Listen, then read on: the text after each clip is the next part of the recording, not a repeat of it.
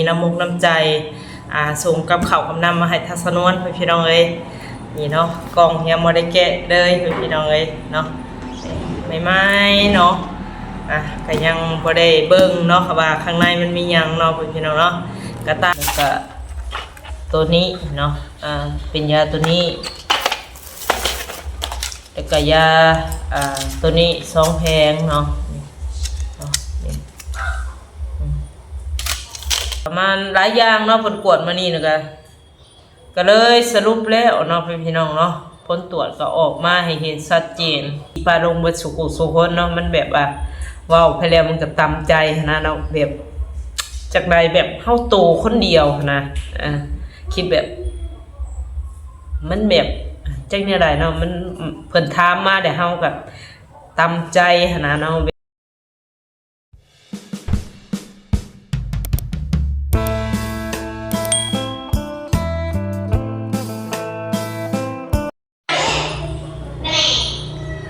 กราบทักทายสบายดี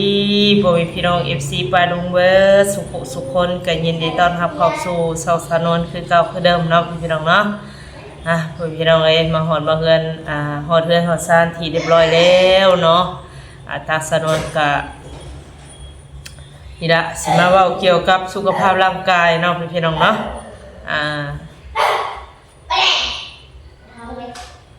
เสียงเด็กน้อยเนาะพี่น้องเนาะกับป้าให้เด็กๆอยู่เฮือนอยู่ซ่านมานี่ก็3คนเนาะทักษนวนก็คือเมื่อเช้านี้เนาะทักษนวนก็ไปหาหมอตั้งแต่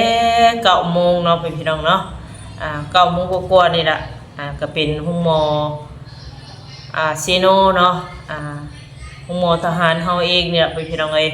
ทักษนวนก็ไปกวดสุขภาพร่างกายเนาะครั้งหนึ่งก็คือไปหาห้องหมอเมืองเนาะแต่ทัศนวนก็ไปกวดอีกรอบ2ก็คือห้องหมอทหารพี่น้องเอ้ย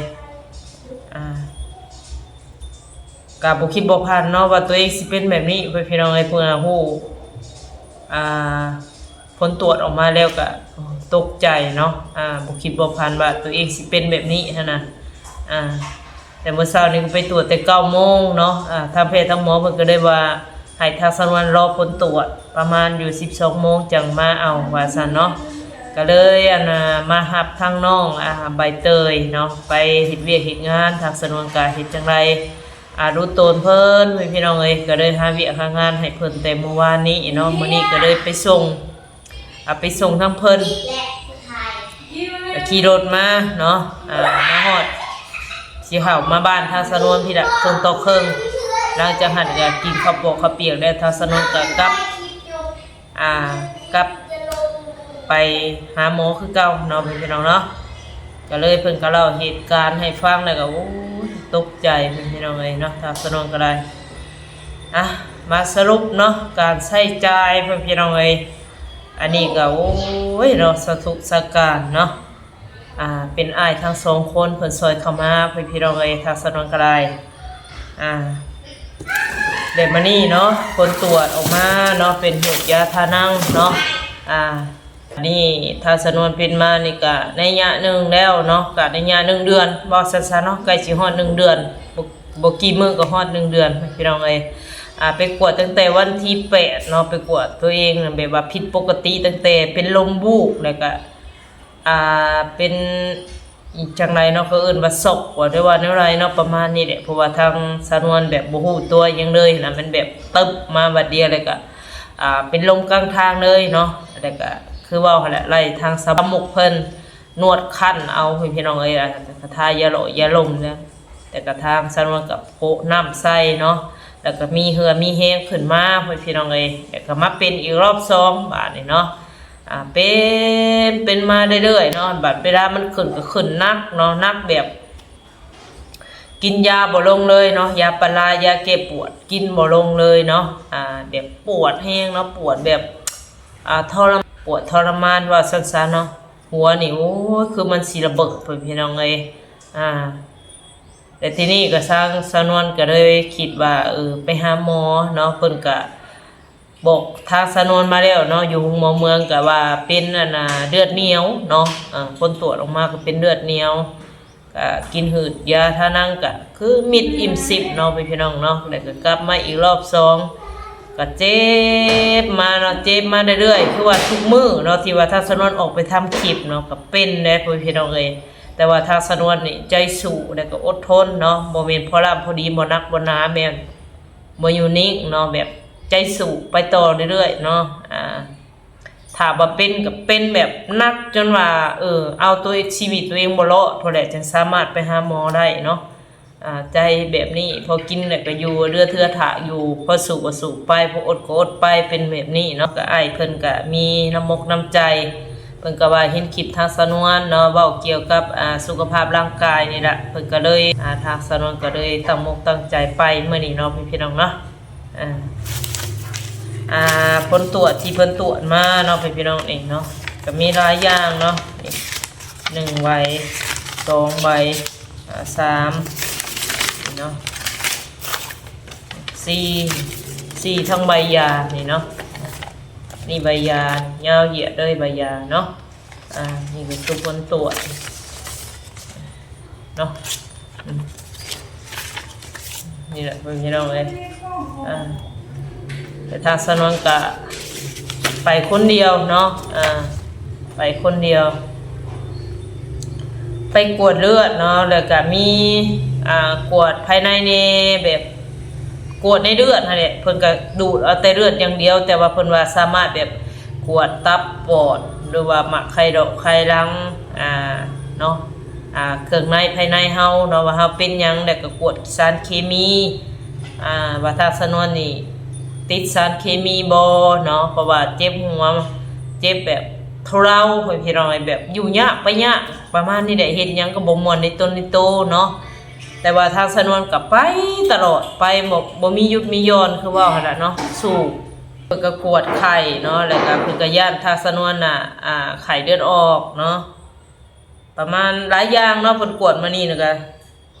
ก็เลยสรุปแล้วเนาะพี่น้องเนาะผลตรวจก็ออกมาให้เห็นชัดเจน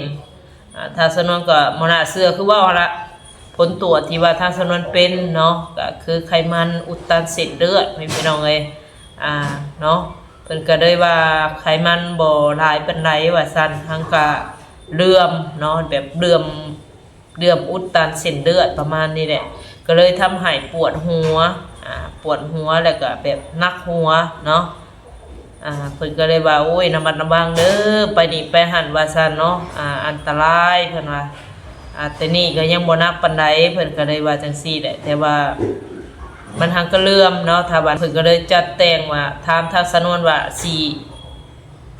ฉีดยาบ่หรือว่าสิเอายามื้อกินเพิ่นว่าเนาะทีแรกก็เลยตัดสินใจว่าสิเอายามื้อกินเพราะว่ามันใช้จ่ายหลายแล้วพี่น้องเอ้ยเงินที่อ้ายให้มาเนาะก็เป็นอ้ายใจดีอยู่แค่ละลาเนาะเพิ่นให้มา60กว่าล้านละเนาะแล้วก็เป็นอ้ายใจดีอยู่พังไทยเพิ่นให้มากับจำนวนเงินกับ 1,500 บาทแล้วก็หักค่าธรรมเนียม35 บาทเนาะยังเหลืออยู่1,465 บาทเนาะพี่น้องเนาะค่าธรรมเนียมเพิ่นเพราะว่า1,000ต่อ20 บาทเนาะก็คือว่าเป็นอ้ายทั้ง2คนเพิ่นได้ช่วยเข้ามาในมื้อนี้เนาะทางสนวนก็เลยเอาเต็มที่เนาะไปกวดเบิ่งให้มันสุดขีดเลยแบบว่าอย่าฮู้ว่าตัวเองเป็นหยังกันแน่พี่น้องเอ้ยถ้าบ่มีเงินเพิ่นก็สิบ่ฮู้ว่าตัวเองเป็นหยังเนาะเพราะว่าลำพังของสาวนวลเองนี่อดทนเนาะสิเจ็บสิปวดซำใดก็แบบอดทนบางคนก็อาจสิฮู้เพราะว่าทางสนวนบ่เว้าก็คือสิว่าสุขภาพร่างกายทางสนวนน่ะดีเนาะแต่ว่าบ่เนาะพี่น้องเนาะแต่ทางสนวนเป็นคนอดทนเนาะเจ็บปวดซำใดก็อดทนคือว่าหั่นแหละเฮาคนเดียวต้องสู้ถ้าเฮาบ่สู้จักไผสิซอยเนาะพี่น้องเนาะอันนี้ก็คือแบบสู้เฮาเต็มที่หั่นล่ะพี่น้องเอ้ยแล้วที่นี่เนาะก็ที่แรกก็จ่ายไปแล้วเนาะจำนวนเงินก็560,000 กีบเนาะเฉพาะขวดเลือดแล้วก็มาจ่ายอีกรอบที่2เนาะก็เป็นจำนวนเงินทางเบิดเนาะเพิ่นก็ใส่สโลมให้1กล่องแล้วก็2กล่องยาง1กล่องแก้ว1เนาะเป็นยาแบบปิ่นปัวแหละพี่น้องเอ้ยปิ่นปัวให้ ไขมันสลายหรือว่าอันเศร้าปวดหัวประมาณนี้แหละเนาะแล้วกับฉีดยาใส่1เข็มทางสนวนก็นอนใส่ยาจักพักหนึ่งก็คิดเป็นห่วงเล็กๆเนาะเพราะว่าป้าเพิ่นแต่เช้าประมาณ9 โมงป้าเพิ่นก็เลยเป็นห่วงว่ากินยังอยู่ยังก็โทรมาเนาะเบิ่งหนึ่งก็ค่าสายสโลมนี่เนาะเบิ่งหนึ่งก็โทรมาบอกเพิ่นว่าแม่ใส่สโลมเด้อว่าซั่นยังบ่เมื่อถ้าสโลมเบิดหรือว่ายาเบิดสิได้เมื่อก็เลยโทรมาหาน้องกวกเพิ่นบัดที่นี่แล้วก็ทางสนวนก็โอ้ยเนาะคิดนักเลยย่านยาบ่เบิดเพราะว่ามันก็บ่าย1บ่าย2แล้วเนาะบ่าย2 โมงกว่าก็เลยหลายคนก็ถามเข้ามาเนาะแต่ละคนก็หลายเพิ่นก็ถามเป็นห่วงว่าเป็นหยังหลายคนแสบเข้ามาหาเนาะอันนี้ก็ขอบคุณทุกๆคนเนาะที่ว่าเป็นห่วงเป็นใยกันให้พี่น้องเอ้ยว่าเสีย 480,000 กิเนาะแล้วก็มาเอายาเนาะยานี่ก็สีแพงนี่น้อยนึงเพิ่นว่าเนาะทางห้านเพิ่นก็สิเป็นรายการที่ว่าแพทย์หมอเพิ่นให้มาแหละเนาะก็ทางสนวนก็มายืนเอาอยู่โรงหมอคานอกเพราะว่าเพิ่นว่าเอาคานอกก็ได้เนาะแต่ก็เป็นยาแบบดีไขมันประมาณนี้แหละเนาะนี่เนาะแล้วก็ตัวนี้เนาะเป็นยาตัวนี้แล้วก็ยาตัวนี้2 แผงเนาะ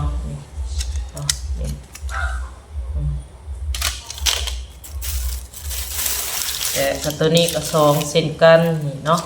นี่เดียวกันเนาะ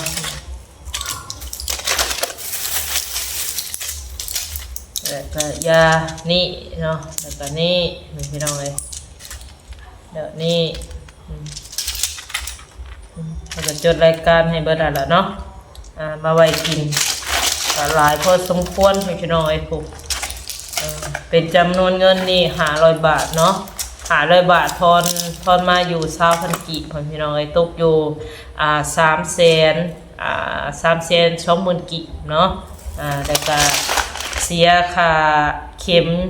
หยอกเข็มยาเพิ่นหาละพี่น้องเนาะเพิ่นก็ไล่ให้นิดหน่อยได้เอาไปเนาะคือว่าอะไรมื้อนี้ก็วิ่งไปวิ่งมาพี่น้องเอ้ยแบบว่าคือว่าหั่นแหละเนาะไปนอนใส่ยาก็นอนคนเดียวเนาะก็หลายคนที่ว่าญาติเพิ่นมานอนเผาคนป่วยเพิ่นก็ถามว่าโอ้ยว่าซั่นทางสนุเพิ่นถามทางสนวนหั่นล่ะเนาะว่าโอ้ยอันเจ้าบ่มีญาติพี่น้องบ่ว่าซั่นเนาะก็รู้สึกแบบจักจังไดเนาะพี่น้องเนาะเว้ามาก็มันถึงเทื่อก็คิดมาก็ให้มานำทางศาสนวนกันเนาะแบบจักจังไดมันบอกบ่ถูกพี่น้องเอ้ยเนาะขอโทษขออภัยพี่น้องเอ้ยเพราะว่าอดบ่ได้ศาสนวนก็แบบสู้เนาะไปหาสู้แล้วก็อดทนแต่เฮาบ่สู้จักบ่ได้สิสู้เพื่อเฮาหั่นนะเนาะมันก็เลยแบบคิดไปแล้วมันก็มันแบบว่าว้าวไปแล้วมันก็ตามใจนะเนาะแบบจากใดแบบเฮาโตคนเดียวนะคิดแบบมันแบบจังได๋เนาะมันเพิ่นถามมาแต่เฮาก็ตามใจนะเนาะแบบว่าคือเฮาบ่มีญาติพี่น้องนะประมาณนี้แต่ว่ามีอยู่เนาะพี่น้องเนาะแต่ว่าทางสนวนน่ะบ่อยากรบกวนเนาะเพราะว่าเฮาก็สามารถแบบไปเองได้แล้วก็สามารถแบบขับรถขับรางได้ด้วยตัวเองก็เลยแบบว่าบ่อยากเป็นภาระของของน้องเนาะเพราะว่าเขาก็ยากเวียกนะประมาณนี้เนาะ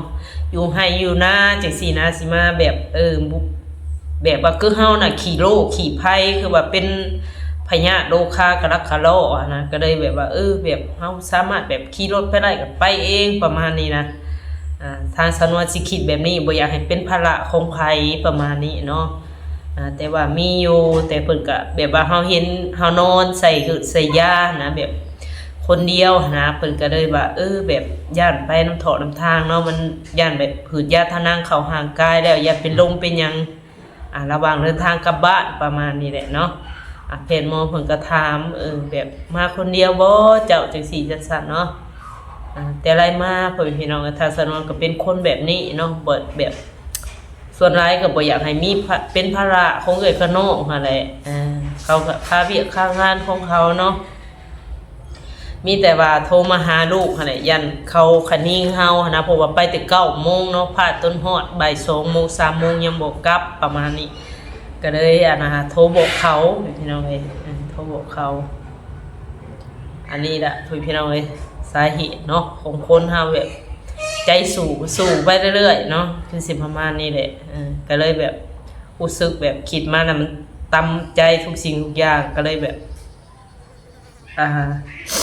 อดบ่ได้เนาะถ้าสนวนก็เลยอดบ่ได้พี่น้องเอ้ยให้ใครแต่เฮาบ่คิดเนาะถ้าเฮาคิดแล้วคือว่าแหละอดแล้วก็กั้นน้ำตาไว้บ่อยู่ก็เลยว่าช่วงนี้เนาะในช่วงปีนี้หรือว่าในยะนี้แบบเป็นมาตลอดเนาะในยะนึงไปเจ็บท้องเจ็บหยังก็ช่วงมาแล้วเนาะกลับมาเป็นอีกจังซี่นะแบบว่าโอ้ยพี่น้องเอ้ยอันนี้ล่ะเนาะเป็นโรคเป็นภัยคือว่าแหละอายุละคือทางสนวนนี่ก็บ่กินมันกินหยังเนาะแบบว่าปกติไปในโถในทางนี่ก็ทางสนวนก็บ่ได้มักกินแหละเพิ่นพี่น้องเอ้ยบ่ได้มักกินแบบของทอดของหยังเนาะทางเพศตังหมอเพิ่นก็ให้งดของมันเนาะแล้วก็เป็นเนื้อเนาะเป็นแป้งนี่แหละเพิ่นบ่ให้กินเนาะทางสนวนก็สิพยายามให้พี่น้องเอ้ยสู่กับโรคกับภัยเนาะแต่ว่านี่ยังซ้ำนี้เนาะถ้านักกว่านี้จักสิว่าซ้ำใดพี่น้องเอ้ยแล้วเลยอนาคตเนาะชีวิตของทางสาวนวลเองนี่ถือว่าแล้วเนาะเพราะว่าตัวคนเดียวถ้าว่าเฮามื้อนึงเนาะมาคิดเบิ่งถ้าว่ามื้อนึงเฮาล้มหรือว่าเฮาลุกบ่ได้บืนสู่บ่ได้จักสิว่าแนวใดลูกเต้าจักสิกินหยังอยู่หยังนะมันคิดไปหลายสิ่งหลายอย่างเนาะก็เลยเฮ็ดให้เฮาแบบสมองบ่อยู่ซื่อๆเพิ่นพี่น้องเอ้ยคิดไปเรื่อยๆหั่นน่ะเนาะ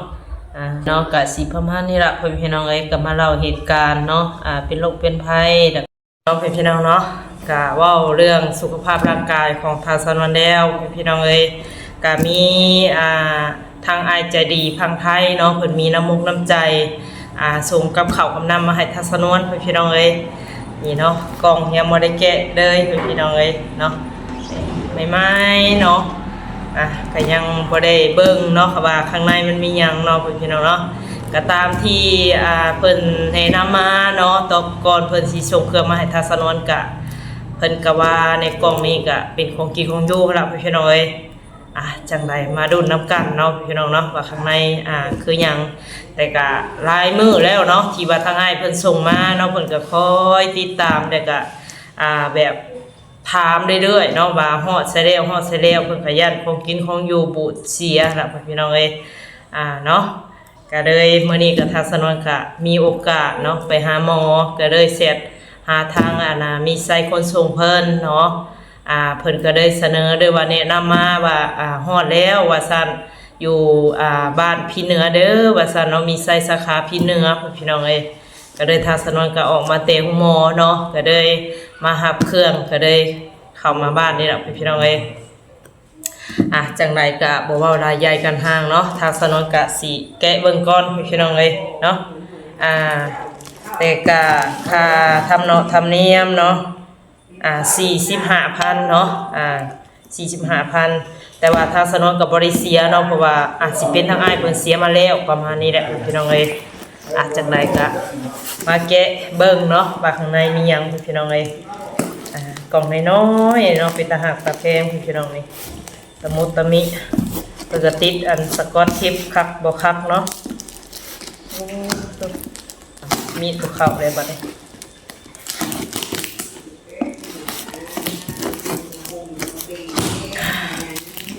เดี๋ยวทัศนก็สิเก็บเบิ่งเนาะก็คือใช่เราก็ย่านแบบว่า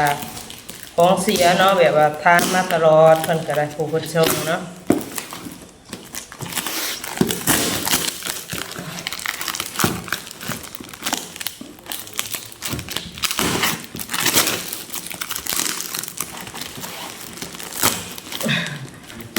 ฮ้อนร้อนเนาะทาสนนก็ได้ฮ้อนแฮงมื้อนี้เนาะมาจากจังหวัดไทยท่ารับพี่น้องเอ้ยแบบฮ้อนเอา ก็เป็นวันเสาร์กับไผผ้ารับมานี่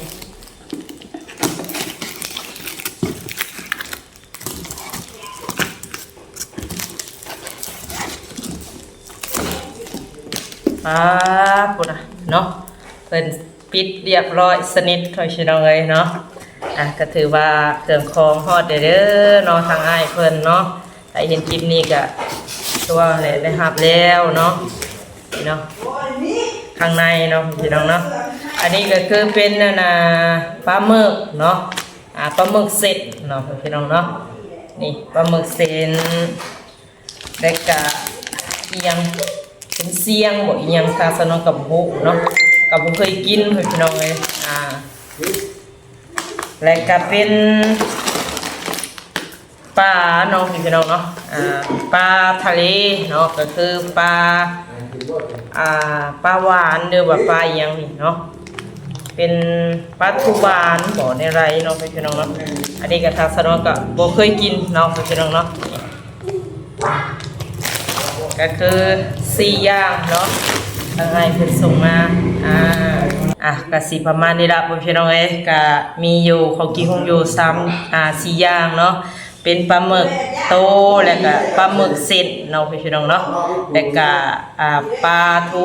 แล้วก็กุนเชียงปลานี่เนาะทางสนองก็บ่ถนัดเนาะการเว้าไว้นี่พี่น้องเอ้ยจังได๋ก็ขอโทษขออภัยเนาะ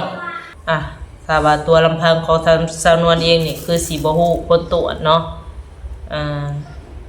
จังไรเนาะก็ทางสาวนวลก็โอ้ยเนาะก็มีทั้งอ้ายใจดีทั้ง2คนเพิ่นได้ซอยเข้ามามื้อนี้เนาะจังไรเนาะทางสาวนวลก็ขอบคุณไปทั้งอ้ายใจดีทั้ง2ท่านเด้อเนาะที่ว่าซอยทางสาวนวลเข้ามาเป็นค่าหึดค่ายาเนาะได้ผู้พยาธิโรคาหรือว่าเป็นในห่างกายนี่แหละเนาะก็ฮู้แล้วว่าเป็นแบบนี้แหละไขมันอุดตันเส้นเลือดเนาะจังไดก็ขอให้อายุดีมีแฮงเด้อเนาะความเจ็บอย่าให้ได้ความไข้อย่าให้มีเนาะนอนรับก็ขอให้ได้เงินหมื่นนอนตื่นขอให้ได้เงินแสนเบ็ดมือมาก็มีแต่สุขแต่ลาภมีแต่สิ่งดีๆเข้ามาเด้อเนาะเงินไหลนองทองไหลมาบ่ขาดกระเป๋าเนาะไปใส่มาใส่ก็มีแต่คนหักคนหอมมีแต่สิ่งดีๆเข้ามาเนาะหาเพิ่นร้อยเท่าพันเท่าพี่น้องเอ้ยสุขกายสบายใจอยู่ดีมีแฮงเนาะสาธุเนาะขอขอบคุณไปทางอ้ายใจดีเด้อที่ชงกับข้าวกับน้ำเนาะสิเป็นปลาหมึกของกินคงอยู่ขอให้บุญคำนำสู่เด้ออยู่ดีมีแฮงเนาะปรารถนาสิ่งใดก็ขอให้ได้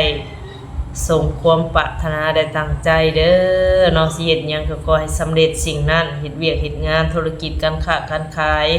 ก็ขอให้เจริญไปมื้อหน้าเด้อเนาะขอบขอบใจละลายสำหรับของกินของอยู่เนาะสาธุเป็นไผแล้วก็เนาะขอบคุณเนาะพ่อแม่พี่น้อง FC เด้อขอบคุณทาง